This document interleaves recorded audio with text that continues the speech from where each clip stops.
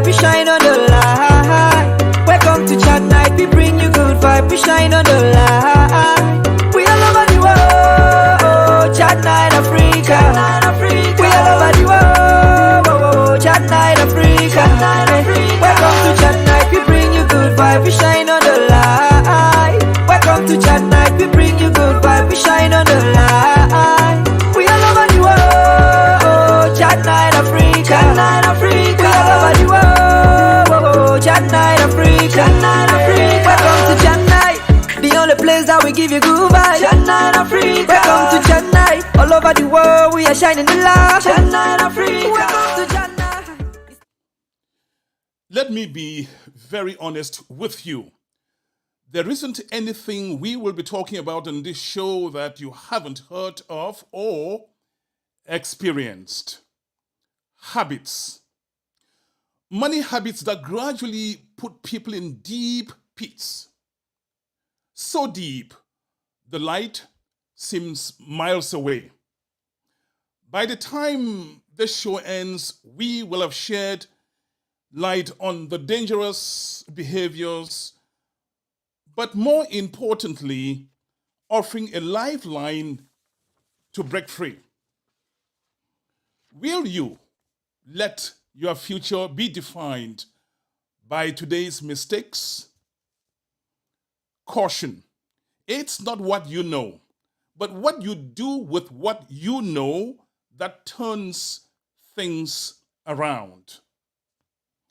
Charles Njoya, our guest, is a CPA, tax strategist, and the CEO of CHN Advisors. Ladies and gentlemen, join me now in welcoming this big brain Charles Njoya once more on the platform of Chat Night Africa.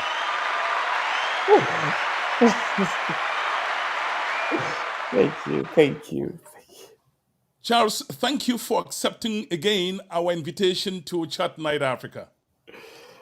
It's always a pleasure, Divine. I'm excited to be here and I thank you for having me. This show, I caution again, might come across as a smackdown, but like malaria, you need the beta quinine tablets to get cured. Thank you again for coming to our show. And I want to thank all the people watching online, www.chatnightafrica.net, where we have most of our viewers, for coming on. You could be in a million other places, but you choose to be here anyway. My name is Divine Chamokong, and I'm anchoring this broadcast from Washington, D.C. metropolitan area. Let's dive into it. Charles, some of the first things banks start throwing at people are credit cards. Yes. Do credit cards help or hurt card holders? Credit cards, thank you for having me again. It's exciting to be here. Credit cards, basically, they could be two things. They could help you and they could hurt you. So credit cards are meant to help you. They are meant by excellence to help you to help you build yourself. When you start in this economy, you need something that helps you. But how you use the credit card might just be what hurts you. A credit card can do two things. It can build your credit and it can also destroy your credit. So the way you use a credit card is the problem. So before you get a credit card, there is something that is primary. You need to have an understanding of how credit cards work. The unfortunate thing is that most people just go for credit cards because they want the money. They want to use the money without understanding that the credit card could destroy you for years. And that's what hurts a lot of our people because of using those credit cards in the wrong way. Charles, if you had the choice to go shop somewhere in the mall or to go buy a suit, I mean, you dress dapper, would you rather take cash or credit card? Explain your answer, sir. Okay. I do a lot of things on credit cards. Why do I do them on credit cards? Because I know how to manage credit cards. The first thing is that a credit card, if used wisely, could actually help boost you quite a bit. Credit cards, there's something about a credit card, which is, I will just try to explain a little bit about credit cards so that people know a little bit about credit cards. The concept of credit card there is something about a credit card which is called 35, 30, 15, 10, 10. It's a concept. If you understand how to use a credit card and when to pay off the credit card, it could actually be a booster to your credit. And that credit, you need that credit in order to build your own self and to access the the capital market. You need that credit. So the first thing you need to know is that when you use your credit card, you have to pay that credit card before the reporting date. So that 35% of your credit score is your payment history. 35% of your credit score is your payment history. And if you report your credit, it means that if you are paying on time, all your debts on time, you are going to build your credit. And you need your credit in order to access other people's money. So basically paying in time, 35%. The next thing is 30% of your credit score is the utilization, is credit utilization. What is credit utilization? Credit utilization is the amount of different credits that you have. Somebody who has only a credit card is worse off than someone who has a credit card, he has a mortgage, he has a car loan. Those three things, they increase your access because they show that you know how to manage credit. So it's called credit utilization. And credit utilization is basically how much you use of all those credits. If you are only using 30% or less of your credit, that is the benchmark. You want to use 30% or less. That is credit utilization. Then there's a credit mix. Credit mix that comes with the fact of having different credit cards. You have the mortgage, you have this, you have a car note, you have a credit card. It gives you larger. It is what you call 15% of your credit score is the mix of credits that you have. And then there's also one thing which is called when you call request for credit. When you request credit cards, there is something, it's 10% of your credit score. Every time you try to buy credit, it affects your credit. So if you understand these four things and you know that if I use a credit card, I'll have to pay it before the card is being reported, or make sure that I maintain 30% of that. And if you are able to use that continuously, it will boost your credit score. So if it's such a good thing, if it's such a good thing, Yes. why have credit cards become the slippery slope to financial graveyards for some people? Because for many people. Because many people take it and go and use it to buy their suits. And then they buy those suits. They buy things that they cannot afford. You go and buy things you cannot afford on a credit card. What does that do? It means that now you've bought all those things. Your credit card has been maxed out. It just takes your credit to the worst position. Your credit card has been maxed out. It means that your credit score has fallen down to less than 500. You are in a very bad credit situation. And you're paying month by month. The goal of a credit card is to pay now, is to buy now and then pay it immediately. Buy and pay immediately. If you are buying and paying immediately, then that's okay. Would you tell me, Charles?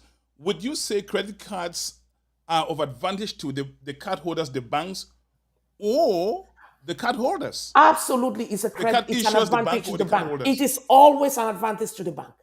It is an advantage to the bank because what is the average interest rate on a credit card? The average interest rate on a credit card today is 23.3%. That is the average interest rate. And your interest rate on a credit card, that's the average. It means that some people have over 30% interest rate on their credit card. And most people who have bad credit, they are on the higher side of that credit card. Why would you want to use it? You only use a credit card if you can manage that credit card. If you cannot, don't touch it. The interest rates are killing you. Not only the interest rates because they're taking all the money away from you, but it's also killing your credit score. And if you don't have that credit score, you cannot buy nothing. Follow-up So question. most people should not be using credit cards. Yes, that's what. Follow-up question, Charles. Yes. Somebody brings home $5,000 a month as income, or every 2 weeks. Yes. Now, his expenditures sum up to about $4,500. Yes. Now, he has a credit line of $10,000. He is seeing this credit line as income. Yes. Additional Are they money. wrong? They are wrong. Absolutely Why so? wrong. You're wrong because that money is a debt. It is only for you only use credit cards. I mean, that is a great. You only use credit card for emergency situations. If you are at that place, if you are at that place that you are not able to afford that amount that's on the credit card, don't use it until you have an emergency. If you don't have an emergency, don't touch the credit card because it's going to put you in a worse place. Now you got a $10,000 credit card because your credit was good. If you mess it up, you don't have any credit anymore. You cannot access even more credit. You cannot. So the thing about credit card is understanding the concept of credit card. If you don't understand the concept of credit card, don't touch it because it's going to destroy you. If you don't understand that concept of 40, 35, 30, 15, 10, 10, don't touch it. But if you know it, then you can play with the credit card to your own advantage. If you are going to use a credit card, make sure you pay off that credit card within that month. If you cannot pay it within the month, don't touch it. And I get a line. What Yes. are you using your credit card to buy? Let's move on. Home ownership is a component of the American dream. Yes. Why do some experts argue that a private residence is a liability and not an asset? Charles, homes build equity, don't they? They have a lot of equity. Homes build equity. For the last 50 years, average properties have gone up 7%. That's huge. But the point is, when you think about homes, if you are going to build wealth, first of all, when you think about buying a home, buy a home that you can afford. A home is going to be assets from a wealth building standpoint is anything that brings you money. It's called an asset. Anything that takes money away from you is called a liability. So it's on the basis of asset versus liability. An asset is something that brings you cash inflow. And a liability is something that takes away money from you. In our communities, people buy their properties, their homes. But most people buy homes that they cannot afford. They buy a lot bigger homes than they can afford. I tell people that you first of all invest in assets that are going to generate income for you, not those things that are going to continuously take money. If you were to ask me today, Divine, that I have $100,000 and I want to buy, should I buy my first home or should I buy a rental property? I will tell you 100%, buy a rental property, 100%. Why do I buy that rental property? You buy something that is going to add your cash flow. On a monthly basis, you have an income from there. If you took that money and bought your home, you just bought something that puts you in a place where you're continuously giving money for the next 30 years. It stops you from having that ability to buy another asset. To buy the next asset, the banks want to see you having assets that are income generating rather than assets that are continuously taking money away. It is okay to buy your home, but you want to buy a home. My first thing I always tell people, buy income generating assets first. Then now you can buy your dream home. That is my advice to everybody. So why isn't the drive to buy a home, a private home in this case, something that shouldn't be considered, even though it builds equity for you? It's our mindset. Our home is going to build the same equity like that property that is out there. It's going to build, commercial properties are going to, most of them will be more equity than your personal home. Because why? Because that commercial property has multi-purposes. Your home only has one purpose. If you have multi-purpose on an asset, it has that capacity to drive revenue more. And it's also giving you what? You can use your home from a tax standpoint. The return on investment of a home is almost just asset appreciation. It's just that appreciation on the asset. That's it. But when you think of an investment property, the return on investment, number one, there's tax return on investment, which is almost 100% if you structure correctly. Number two, you have return on investment on the property appreciation because it's a multi-unit, multi-use property. It's going to accelerate, it's going to grow faster than what that asset that has only one use. So there's another one called asset appreciation. There's another one called the mortgage deduction. Someone is paying down your mortgage for you. That's income. And then you're generating cash flow. You have four sources of return on investment on a property that is a rental or an income generating asset. But you only have one, which is the asset appreciation on your own property, on the home that you're having. So if you're thinking of building wealth, your home is not a wealth building property. It's not a wealth building asset at all. Got it. Now, but is there a wrong time or a right time to buy a private residence for those who really still just want the glamour of that private residence? I will tell you one thing. The reason I don't talk a lot about buying private residence is because there is something about your private home that gives you some satisfaction that is only yours. You cannot value it in monetary terms. You cannot value it. I mean, the return, there's something when we were doing economics, there's something called utils. You don't have a util. You don't have that. You cannot just say, hey, I get this value. That value can be anything for you. That's why I tell people, if you are only talking about monetary terms, if you want to build wealth and you're thinking it in terms of money, don't buy your home as the initial asset. Buy an asset that's going to generate more income or different sources of income for you. Now it gives you the ability, the capacity to buy that your dream home. Because if you bought your dream home today, you just block your ability to build, to generate income. And what you're going to do is just sending money out. You're paying money all the time. What are some of the common mistakes people make when buying a private residence? The first thing is that most people want to buy properties that are bigger than what they can afford. Because you buy property because you like it. You're not looking at your ability to pay. You go and then I see a lot of people come to me, they want to modify their tax returns so that it can show that they have the ability to pay a bigger property than they actually can afford. And when you do that, what happens? Now you don't realize most people don't even think about what will happen after you close the property. Most people in our community, once they close a property and they go and start living there, they have a bigger problem than when they were out. They didn't own that property because they bought a property that they couldn't afford. Now they have all these bills that they have to pay. They don't have any person. When you are living in a rental property, you can call the tenant at midnight and tell him there's a problem here.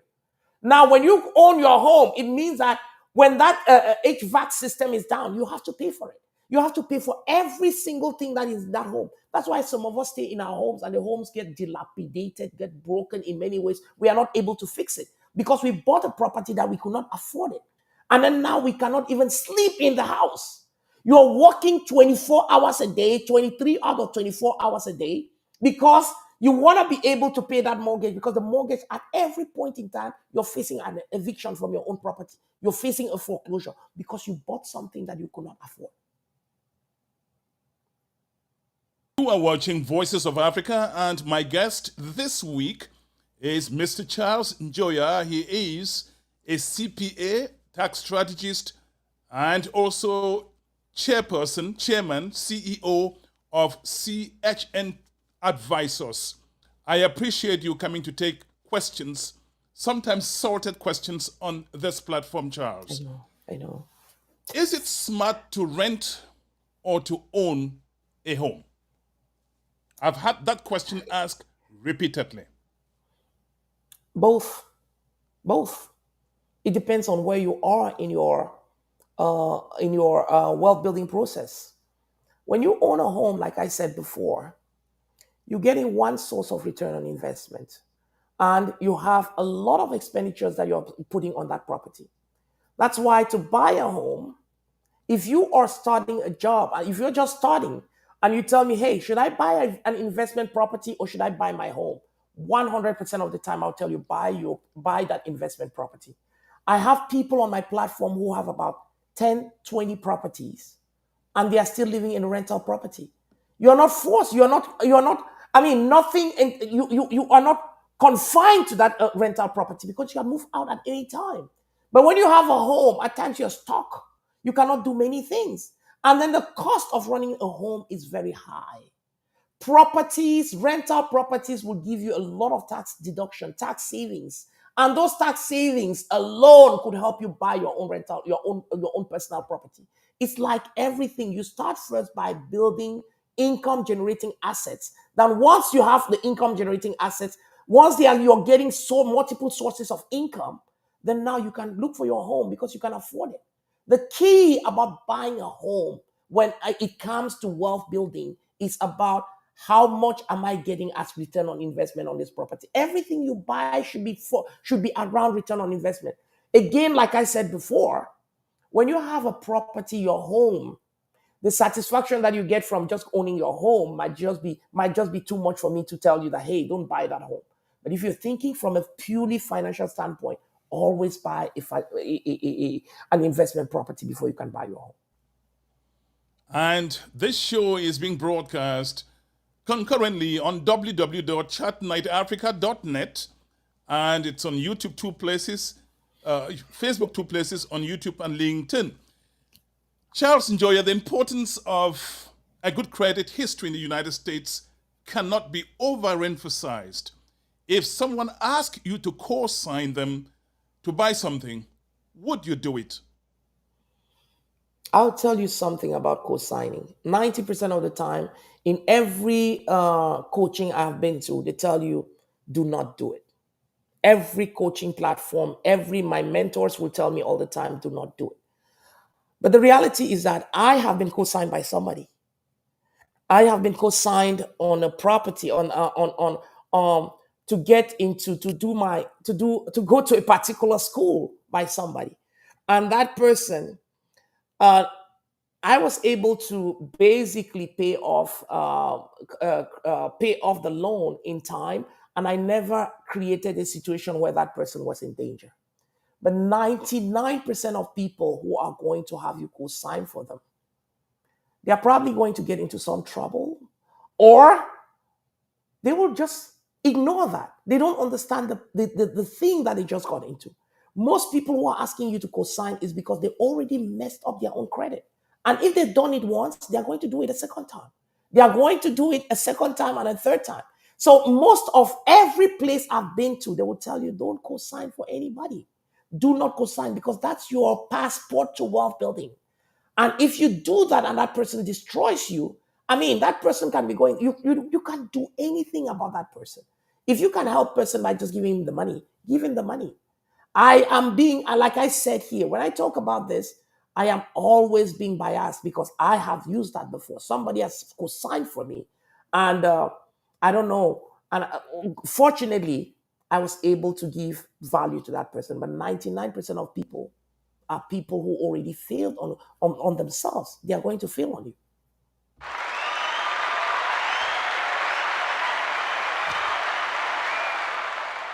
You are watching Voices of Africa, and it's on Chat Night Africa. My guest is Mr. Charles Njoya. He is a CPA, tax strategist, and the CEO of CHN Advisors.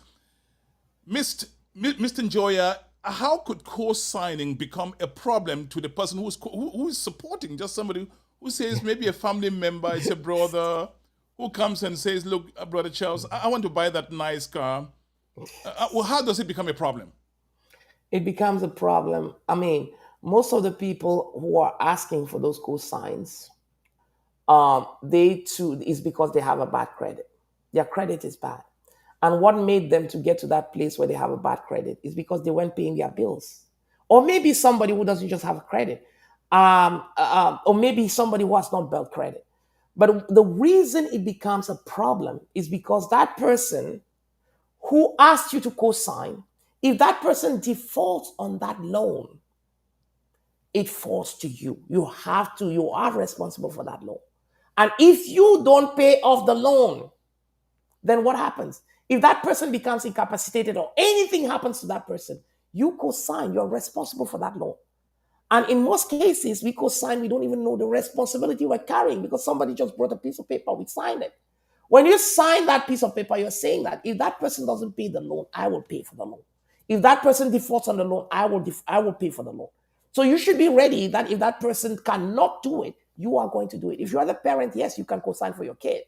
But knowing that it is your responsibility first, at the end of the day, you will be the one to pay for it. So it could destroy your credit completely because your social security is attached to that loan as well, in second place of the loan. When I listen to you, that sounds like saying living in America but living smart. Let's move on now. My phone is in hand. Please, you can dial the number 240-603-7367. And the topic is, why are people doing these crazy things? And we're talking about finances, managing credit cards, financing, co-signing, and all those things, investments. We have a question, please. This guy, I have for 6 months trying to reach him. So if you want to talk to him now, he's not cheap, believe me. You want to book an appointment for this guy with this guy? He's not. So hey, you guys, you can dial the number 240-603-7367, and the entire Planet F will hear you. This is what somebody just sent me by text, and you are free to stay anonymous. All right. Olivia Condendula says, I hear you, tax strategy guru. Yes, he is. Thank you, Young. Thank you. If you know Charles very well, he's made of good stuff. I don't relate with people who are made of good stuff. Thank you, sir. So you can dial. Here's what somebody just sent me by text. Charles, if I'm going to shop quite often, I use cash, not credit card, because when I step into that beautiful showroom or that shop where you have all these Louis Vuittons and so on, all my brakes are failing. Wait a minute. Listen. This lady is talking about getting into a shop and brakes just fail. Yes, because there's Talk to me how. Talk to me how. You see, the brakes fail because when you enter in some of these shops, that's why they're luxury. You just start seeing all the things that you've been dreaming of, and then you have a credit card that has a $10,000 there, and it's just sitting in your wallet. You enter into that place. If you are not, 90% of the time you are going to be pushed to use that credit card that you've never used. That's made for your emergency. And you don't want to use that. So if you cannot manage your credit cards, you better use the cash that you have. Because the cash that you have, especially for anything that is not a necessity. If it's not necessary, it's just something you want, better use your cash. But long as you cannot take care of that. But the problem, Charles, is you look at that 4D TV and it begins, some necessity it is speaking to you. Create. It is speaking to you. To be created in your mind. You start telling yourself one has one life to live. Yes. And that's what we say all the time. Yeah, yes. We say that all the time. And let me tell you where I never ever step into with a credit card, with my credit card. That's in Best Buy. Because immediately I see that new phone, then I don't like the one that I have. Yes. I see that new TV, then I don't want the one I have. Temptation. But whereas if I got in there with $500 and I wanted to spend $500, that's all I can spend. Yes. Once the money is used up, I'm going to have to walk out. All right. Let's move on. Again, you can dial the number 240-603-7367 if you have any questions or contributions to make Planet Earth, the entire God's planet, will hear you. Even in Rome, Vatican, where the people are mourning, they will hear you. Charles, somebody just shot me this question. Yes. He says, I want to buy a car by financing the purchase. What's your advice? Get a new one or get a used car? One of those things that entice. I see that BMW with shining wheels and all music system. You're like, whoa. You lose your mind. Everything you want to do, I tell people, you have to look at what is the return I can get from this. It's all about looking at, there are certain cars that you can buy. If you can afford a new car, buy it. The reason I say you can afford it is because when you buy a new car, 90% of the times you're guaranteed that for the next 5 years, that car is not going to have a problem. The problem is when you want to buy a used car, I tell people buy a certified used car unless you cannot afford it. And then in the last case scenario, you buy a car that, okay, somebody has used it. You know that that car is pretty good. You can use it. When it comes to all these things that have to do with mechanics, you always want to think about if you get a certified car, that certified car is going to help you. The key for me is you don't want to buy a car that comes to you and 2 days after you just bought that car for $2,000 and 2 days after the engine just got destroyed. So where do you start? You don't have any money to start anymore. So you will start asking yourself, you go and buy another car. And there's every likelihood that within 6 months you're looking for the next car. If you can buy a certified car that guarantees you at least 1-2 years, it's okay. If you can buy a new car, buy a new car. The problem is that we always go beyond our limits, what we can afford. I just told you one thing. When you have a car when you have a credit, when you have a car on a car note, in as much as you're paying, there are people who have car notes on 0% interest, 0%, because their credits are great. If you have a 0% interest on a car, you bought that car and you can use that car for how many years, and you're paying what somebody will have to go and pay in the shop today. Why won't you take that car? Somebody just gave you free loan. The key to this economy is, first of all, you want to have the ability to buy more things. If your cash flow is a problem, that's why you want to think about you want to do more analysis before you get into these things. You want to buy a car, they tell you this car, 0% down, 0% interest. I'm going to buy it for the next 5 years. If I can afford that car, I'll buy it. Because I know that for the next 5 years, I don't think about cars. So that's my thing about cars. The other thing is that when you buy certain things are there that you buy on credit, if you know how to use the credit, that is key. It's going to boost your credit score when you have a car note than when you bought it on zero. You want to be able to use the credit of this market to build wealth. And I know I say this, many people will not agree, but it's all about how do I structure myself so that I can best take advantage of the market. That is critical. How do I structure myself instead of giving my cash now? If I can use that cash on getting a wealth, an income generating asset, while taking another thing taking an advantage of something else that I'm buying on credit, it makes you look rich. It makes you look rich to buy a new car. If you can afford it, I tell people again, I've seen places where we bought a car for $5,000. And 2 days after the engine is gone. If the engine goes away after 2 days, that car, most of the cars we buy, they say buy it as is. As is means that as you take it out of that shop, if you have a problem, you're dead. You cannot do nothing. You start to go and start again. Certified cars are primary cars that I would tell anybody to buy. A certified car that gives you some level of guarantee. That is my take. But again, when you're starting, you start from the place where what you can afford. The key in America is do what you can afford. If you cannot afford it, don't touch it. Because if you touch it, you're going to kill your ability to do things for the many, many years to come. I hear something my dad used to tell me ringing loud in my head. Cut your coat according to your size. Absolutely. Absolutely. Absolutely. Right. Beautiful. We'll be right back. Time for Charles to take a sip of water. You are watching Voices of Africa. My name is Divine Chamukong.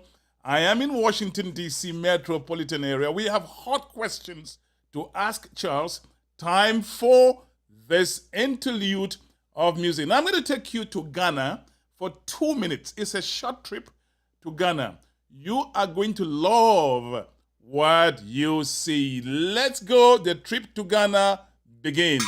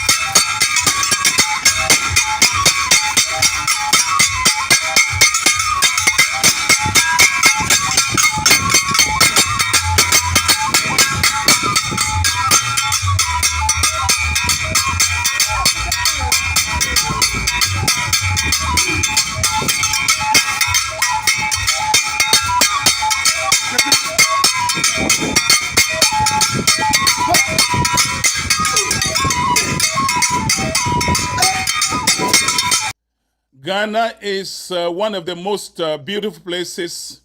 Ghana is one of the most beautiful places in Africa. So if you want to visit an African country, believe me, you go to Ghana, you come back thanking me. You are watching Voices of Africa on Chat Night Africa. My name is Divine Nchamukong. I'm anchoring this broadcast from Washington, D.C. metropolitan area. I want to take this opportunity to thank all those donors who dip their hands into the wallets to make sure that we have this pristine platform, the cameras, the software, sophisticated computers, all kinds of things. That's why you can watch this broadcast quality. Ladies and gentlemen, I got some hot questions for Charles. Once again, join me in welcoming the CEO of CHN Tax Advisors. Okay, somebody saying, love Ghana. That's my director of transmission, Mr. Mumbali Ngwa. Charles, the line between wants and needs can be very blurry at times. What challenges are involved in making demarcations between both, and why is that critical? This is very important. It's very important to know to get a demarcation between what is a need. A need is something that is necessary. You need that. You want to. That's something that you can. That you need that in order to do the things that you need to do. A want is something. I mean, there's an excess pleasure. There's something that you. I mean, there's so many things that we want we cannot afford. The ability to be able to make that distinction between what you want versus the things that you really need. Because what you really need to have are those things that are your needs. Your necessities are your needs. Those things you have to make sure that you have the necessary income levels to be able to afford them. Now, wants can be everything. Wants are things that you get because of pleasure. You want to get at this additional thing. I want to get, if I don't have this tie today, okay, I have something else I can wear. But I love the tie. I like this. I love this. It's a want. It's not a need. If I need something, I need something. I need my glasses so that I can see well. I need to make sure I can do this. That's why you have to live on budgets. And your budget has to be so precise that it identifies what are your primary needs, what are the necessities for your daily living. You make sure you have your rents in there. You make sure you have money for your food. You take care of your kids. Those are the needs that you must have on your budgets when you make your budget. And in addition to those budgets, now you can have an excess that you can do those things that you love to do, but you can only do them if you have the ability to do them. And those are the things that come when you want to give yourself some pleasure. You only give yourself some pleasure if you can afford it. Many people say you only live life once, but you cannot destroy your tomorrow because you want to live life. Make sure you can cover for your necessities, and then the extras you can do the things that you want to do. That's what I can say about wants and needs. And I have a text message here. People are sending me text. Maybe they don't want Yes. their names read on the program. He says, Charles, I do understand great explanation of wants and needs, but sometimes I feel so pressured by my wife. I want to make her happy, so I put some of the things on credit card. Oh boy, if you are married, you know what I'm talking about. That sounds familiar. You don't want to be sleeping on the couch. Madam, watch this. You don't have the money, but you have the credit card. You know, Speak to this guy. I would speak to that guy. I mean, that is a two-way street. Some of us, I mean, it's a two-way street. And the key here is what? The key is that understanding that spouses have. You have an understanding and you have a goal that you guys want to achieve. Once you make your budget as a family, you have the things that you want to do as a family. You want to clarify amongst yourself that these are my needs. These are the needs that the home needs. These are the things that we have to do to take care of the children. These are the things that we have to do to take care of both ourselves. And these are the extra things that we want to do. The problem here is communicating. If you can communicate, if you understand yourself, and both of you are people who live by wants, okay, you find yourself basically doing all those things that you want, and they can be things that will impede your growth, your ability to grow as a home. You have to be disciplined Because in this country, especially in the United States, in this Western world, I mean, the way wants are being exposed, they will make you want to get anything, get that Louis Vuitton, get that this, get that, all those things that are going to break the credit cards before you know it. You cannot afford it. You're always living on borrowed terms because of many wants. We all want things, but we have to know what are our necessities. That's why we should be living, we should have our budgets and have a clear demarcation and be disciplined. The key is in the discipline. As a family, you guys should be disciplined. Otherwise, you live tomorrow and not have it tomorrow. And I You tell live you, today and don't have it tomorrow. nothing gives you sleepless nights like when you find yourself in that financial ravine. Madam, Absolutely. look, please don't pressure your husband. Don't pressure your husband. Just let that guy buy what he can afford for you. And you can also buy something for him. Come on. Yeah, yeah. It's a You two-way can also street. buy something for your husband. Yes, yes. It's a two-way street. There are so many Hey, people. look, There are so many people. So many of us out there, men, who are not working. We're depending on those spouses as well. And at times, I mean, in our communities, it is hard. I mean, I can say it is hard to see. It is more. We believe that it is the woman. You have to give something to the lady. You have to give something, but we see that on the two-way streets as well, where a man is also dependent on that lady who is the one working and doing all those things as well. I had this conversation with some friends, and one of my friends told me, Divine, you know the scripture the woman remembers the most? The man is the head of the family. That is correct. That is correct. We hear that all the time. We hear that all the time. I When mean, it comes to women, submit yourselves to your husband. They don't hear that. No, no. that's slavery. Anyway, let's move on. Here is Yes, what Dr. Nicholas Ngo Santos says. You can't be going on vacation when you have not paid your rent or mortgage. Let's see. Rent is a need and vacation is a want. absolutely. That is beautiful. Absolutely. That Nicolas Wu Santos is always he's a great friend of mine, and he's somebody that if you don't I mean, I listen to him quite a bit.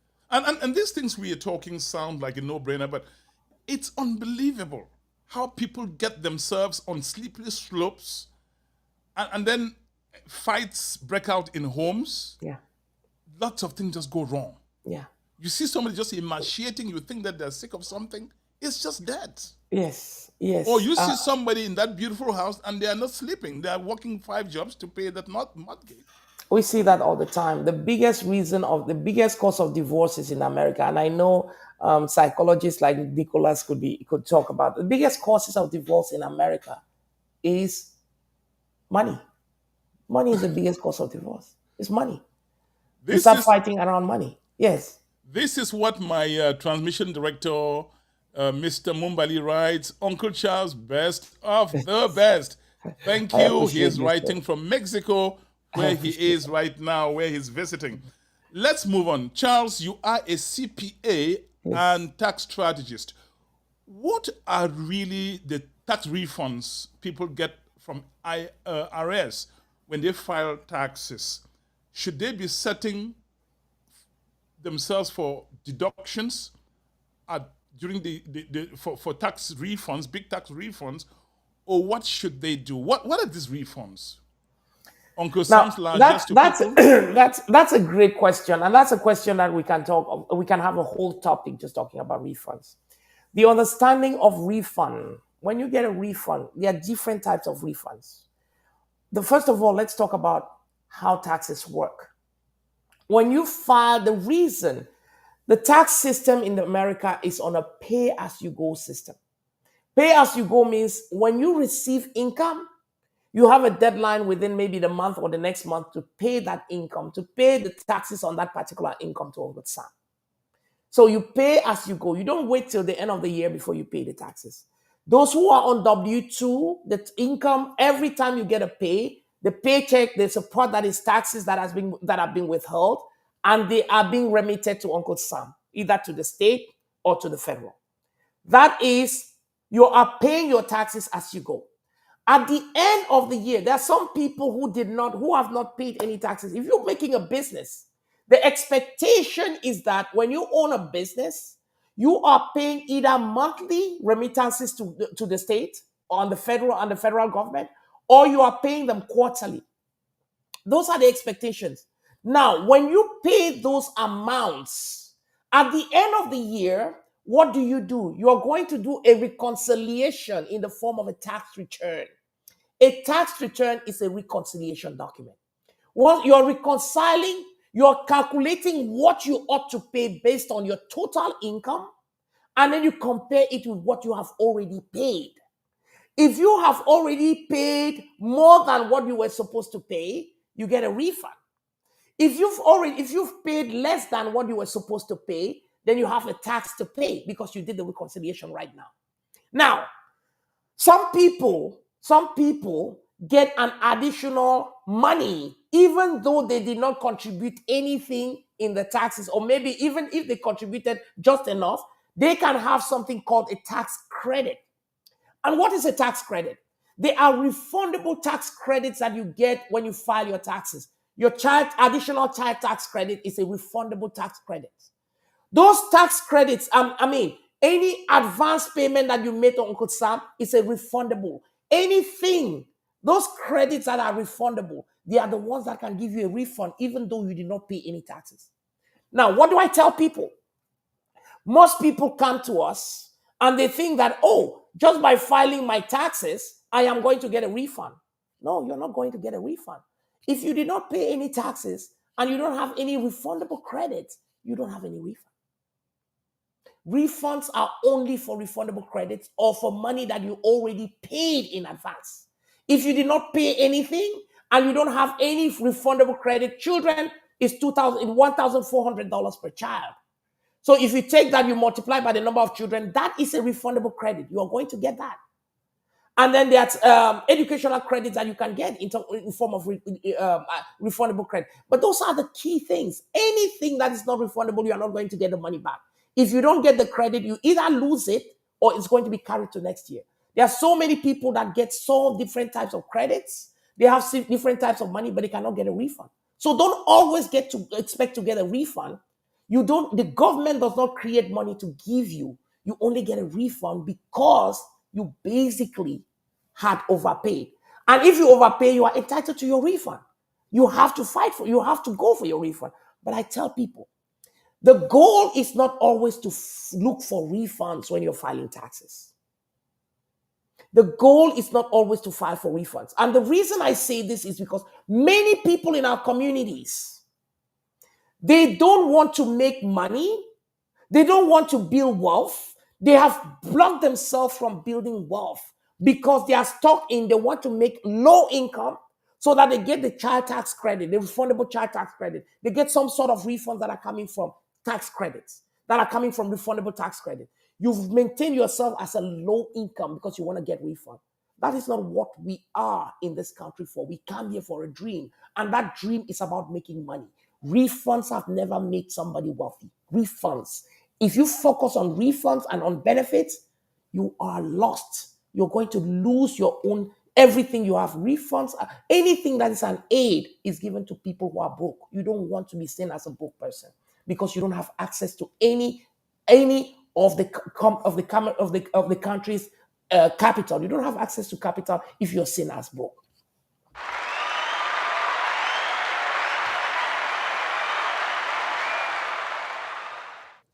Charles Njoya. Yes, sir. Charles, somebody is stuck in credit card debt neck deep as we speak. Yes. How do they get out of it?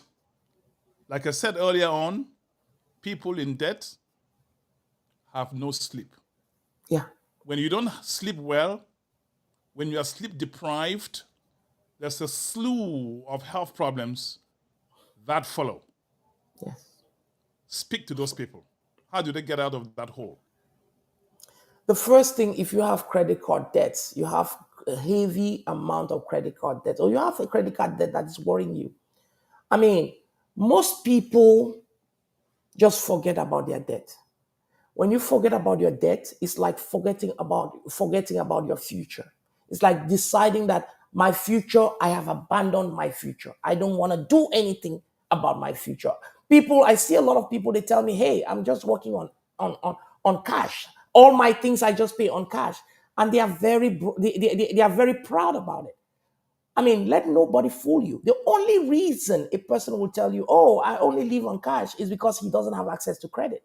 Because maybe 9 times out of 10, they've already messed up their credit. So they can't do anything. You will build wealth in a capitalist society by leveraging the capital market. I would say that anytime, anywhere.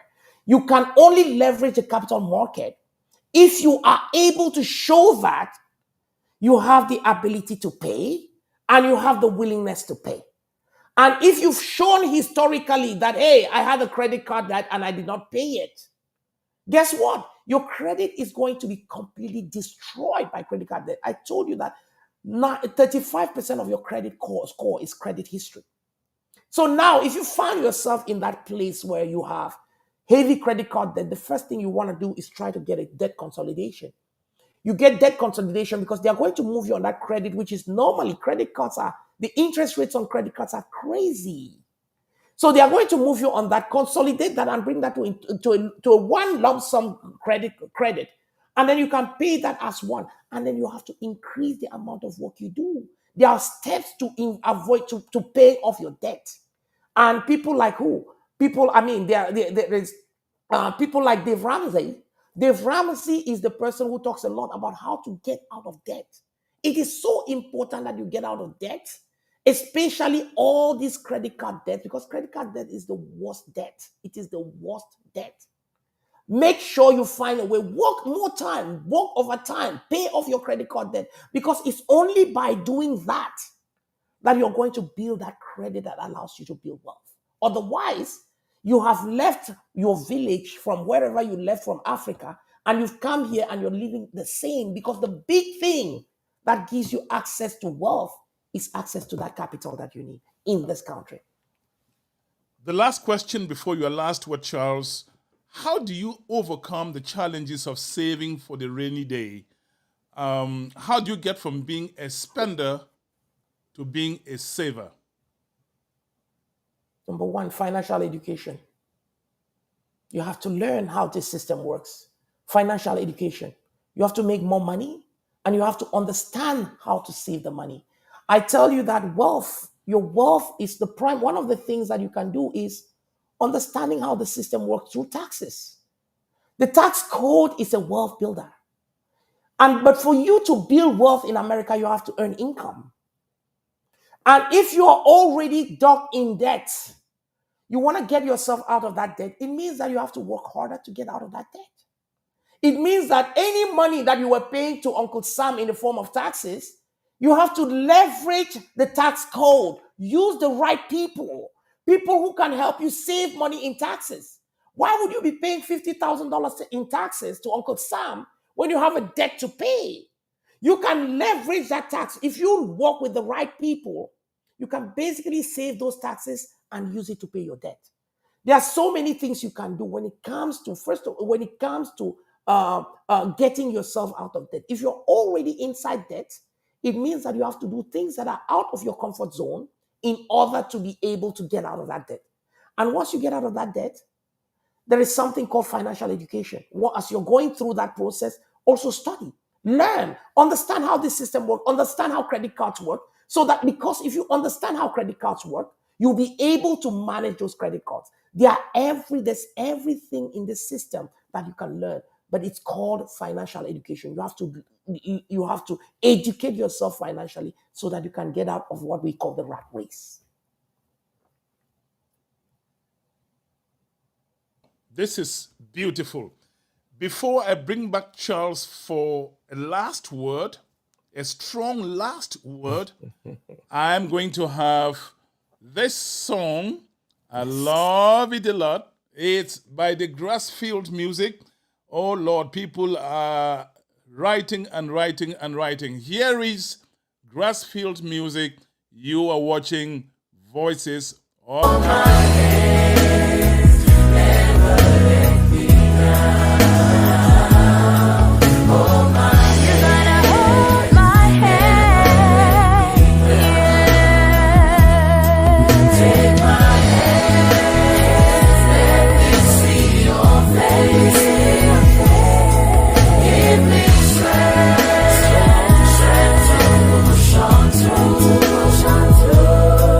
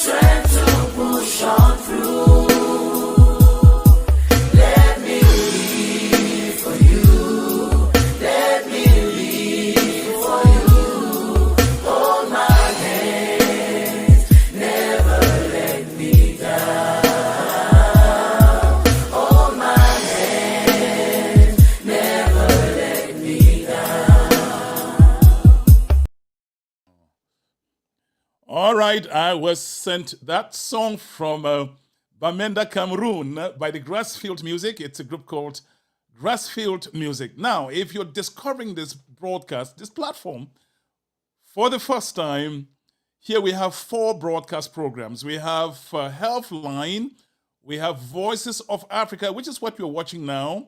We have Family Matters, and we have Next Generation today. Now, if you know anyone, regardless of nationality, in any part of the world, doing things that are changing lives, making a difference, let us know. Lots of you know how to get me. You can write to chatnightafrica at gmail.com, or you can send me a message via Messenger. A lot of you have my phone number. Go on Facebook. You can always reach me. On YouTube, you can reach me. I want to also thank, before we call Charles on the platform, I'd like you to listen carefully to what he has to tell you. This guy is a moving encyclopedia. If you think I'm just throwing adjectives, well, the taste of the pudding is in the mouth. Wait and see. He will be back on the platform in just a moment. My name is Divine Chamokong. Ladies and gentlemen, this is the moment. Join me again in welcoming Mr. Charles Ndoya for his last word.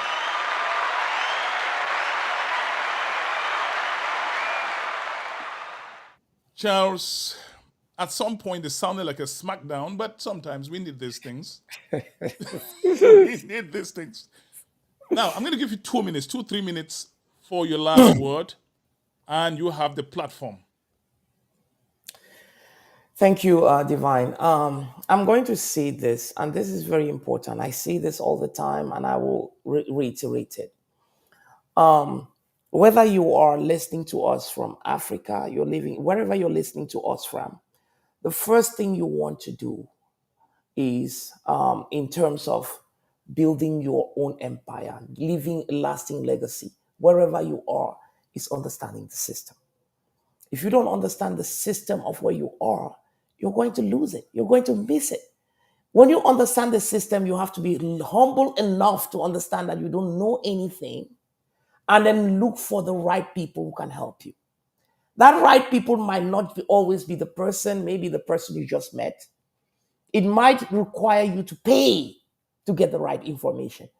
Life is about building your own, being able to build your own, build your own ecosystem. And to build your own ecosystem, you need different people to help you build. What I tell people, for example, for those of us who are here in the United States, 99% of us in the United States, we don't understand how the system works.